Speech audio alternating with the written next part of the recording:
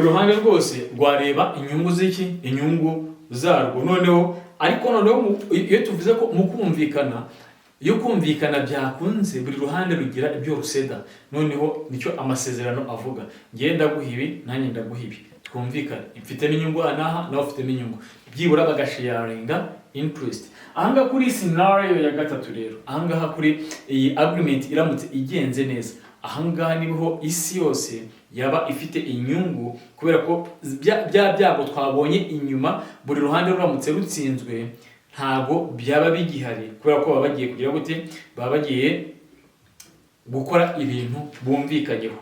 Ni ukuvuga impande zombi zagendera ku nyungu ya buri umwe. Noneho ya direct cyangwa se ya ntambara ya buri gihe yabigize gute, ntabwo yakongera kubaho. Isoko mpuzamahanga cyangwa se global market yaba stable, cyangwa se noneho yaba imeze neza, kubera ko noneho nta distribution ni ukuvuga ngo supply chain yose yabigize gute, yaba izahutse. Noneho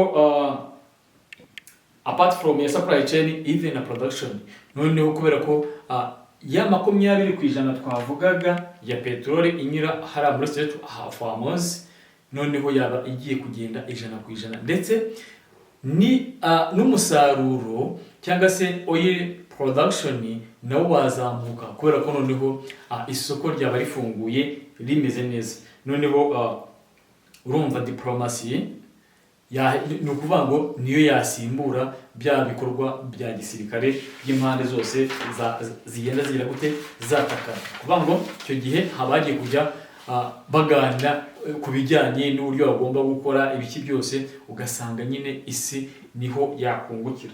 Ariko urumva ya dominance ya Amerika icyo gihe yagumaho, bityo bitewe n'ibyo bumvikanye na Iran, byibura isi yabona amahoro kurusha uko hari ruhande rumwe rwatsinda cyangwa se rukadekarara intsinzi. Noneho icyo niki Amerika yakuramo rero, ni ukuvuga ngo ahangaha muribuka ko Amerika mu biganiro isaba ko Iran ihagarika gutunganya ibikomoka kuri uranium cyangwa se gutunganya ubutare bwa kirimbuzi, kandi noneho ikemererwa gukora strong cyangwa se inspection iri tight kugira ngo bamenye buri kantu kose. Noneho icyo twita uranium enrichment bakayikuraho 100%.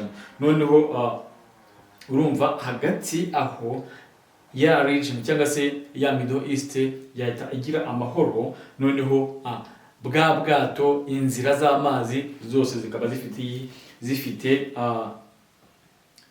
zikaba zifite umutekano. Aho ngaho ni ku ruhande rw'abanyamerika. Noneho Iran yakungukira n'iki hano? Noneho ahangaha sanctions zose urabizi ko Iran imaze imyaka igera muri 50 iri mu bihano, ibyo bihano byahita bikurwaho. Noneho ubu ngubu ni ukuvuga ngo Iran kubera ibyo bihano akenshi na kenshi icuruza peteroli yayo mu Bushinwa, kandi ku giciro gitoya cyane. Niba icuruza ku giciro gitoya rero, ni ukuvuga ngo noneho yaba ifite freedom yo kugurisha n'uwareswa ko ibihano byaba bivuyeho. Ni ukuvuga ngo noneho economy igatangira kongera kwintegrating cyangwa se kongera kwihuza. Iran noneho ikiyubaka bundi bushyashya, kandi noneho ikaba yizeye umutekano wayo 100%. Noneho ahangaha isi kintu yahita yungukiramo ni uko ibiciro by'ibikomoka kuri peteroli byahita bigwa, kubera ko production yabagize gute, yaba yongereye kandi iri kugenda mu mutekano. Noneho ubwikorezi bufite umutekano, urumva isi yafite inyungu. Noneho imwe twavuga ngo iyo hari conflict, ibiciro bijyanye na insurance muri ya route birazamuka. Ahangaha cost insurance cyangwa se insurance yahita igabanya ibiciro. Kuvuga ngo ya price ya pressure y'ibiciro tubona yahita igira gute, yahita igabanuka. Noneho urumva isoko cyangwa se energy market cyangwa se ibingibi byose bijyanye na energy, ibiciro byayo cyangwa se n'isoko bigahita riba stable. Noneho ya pressure ya inflation turi kuva yahoze yimaginga in case Amerika yaba itsinzwe, iramutse buriya no kuvuga ngo isi yagira ibyago byinshi Amerika iramutse itsinzwe kurusha uko isi yagira ibyago mu gihe Irani yaba igize gute yaba itsinzwe. Noneho ibihugu noneho byose bidependinga kuri fuel cyangwa nako ni byose, urumva byatabiba stable noneho na production ikongera kugira gute ikongera kwiyubaka, no production ikiyongera twongera kubona ibintu byamakiye ku isoko mpuzamahanga. Noneho mu gihe ibihano byabikuweho Iran yatizamura ubukungu bwayo kubera ko oil export yayo yazamukora ziko ubukungu bwayo bushingiye kuri iki ku bikomoka kuri peteroli. Noneho byibura aba investors cyangwa se abashoramari bagatangira kujya ku investisa muri Iran. Noneho urumva iri free mu buryo bwo kubaka infrastructure cyangwa se ibikorwa remezo byayo, noneho n'ifaranga ryayo byibura bikagira agaciro kurusha akora ifite uyu munsi.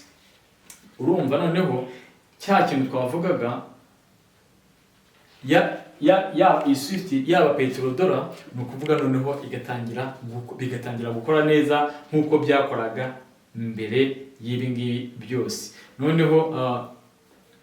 Noneho ikaba ifite byibura reserve ya oil yayo igaragara atari uyu munsi, kuko uyu munsi turabona ko Iran ifite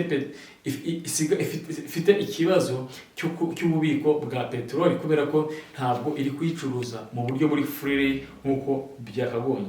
Noneho uburyo ikaba ifite uburyo buri strategique muri regio, kandi noneho igatangira gukora international education. Urumva noneho haba hariho gukorana kw'ibihugu bitandukanye nuko uyu munsi Iran iri mu bihano. Noneho uyu munsi iyo tuvuga ibibazo bya Iran na Amerika tuvuga ko isaha n'isaha dufite ubwoba yuko intwaro za kirimbuzi zishobora gukoreshwa kubera ibindi bihugu bishobora kujyamo wenda bizifite. Noneho inzira z'ubucuruzi icyo gihe zaba zimeze neza, cyangwa se ahazaza ntabwo twazabona indi ntambara y'ahazaza kubera ko mu gihe babumvikanye cyangwa se babubahirije ibyo bagomba kumvikana cyangwa se n'ibyo bagomba gukora.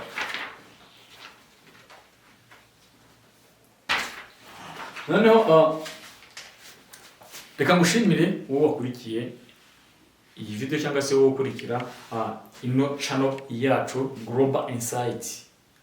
Kagushimire kandi ubona ko ari ngombwa jya hasi ukore subscribe mu gihe ubona ko ari ngombwa, kandi ubisangize n'abandi kugira ngo dukomeze twungurane ubumenyi n'ibitekerezo. Caca, hasta la vista.